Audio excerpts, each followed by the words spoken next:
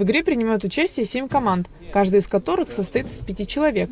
Среди них ученики общеобразовательных школ, школы милиции и курсантов СВОКу. У участников настрой боевой и задорный.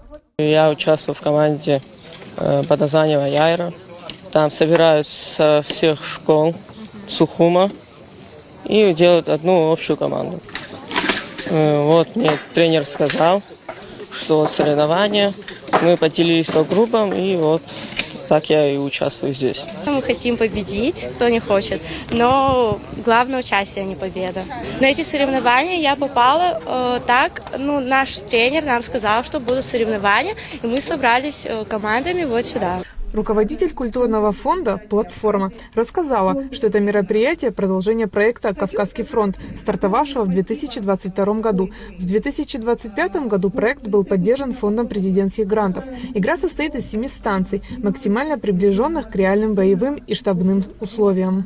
Сегодняшнее мероприятие, оно не впервые проходит на территории команды общевойскового Сухумского училища, потому что ранее в рамках Кавказского фронта проводились мероприятия, но именно подобного рода, которые объединяют не только ловкость, не только смелость, не только военную подготовку, но и интеллектуальные способности ребят, включая обучение медицинской помощи и применение их непосредственно на месте, она проходит впервые, именно такая масштабная. Соревновались в различных испытаниях, среди которых сборка и разборка автомата, оказание первой помощи.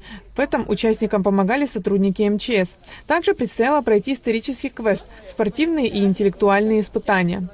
Сегодняшнее мероприятие, оно вообще проводится в рамках битвы за Кавказ, поэтому, что касательно информационной части, то ребята будут познавать и показывать свои способности именно в этом направлении, в направлении информации обороны Кавказа.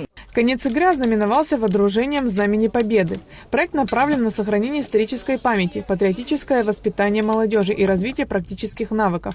Мы заранее тренировали сборки и разборки автомата, но они здесь, как военные люди, они этим занимаются почти каждый день. Чистка, подготовка, сборка, разборка, вооружение военной техники. Они к этому изначально были уже готовы. Команда готовилась за неделю, принимают участие 5 человек.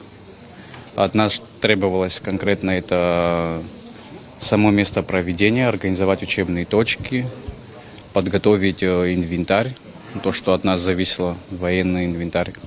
Мероприятие организовано культурным фондом «Платформа» при партнерстве Центра правозащиты граждан России в Абхазии.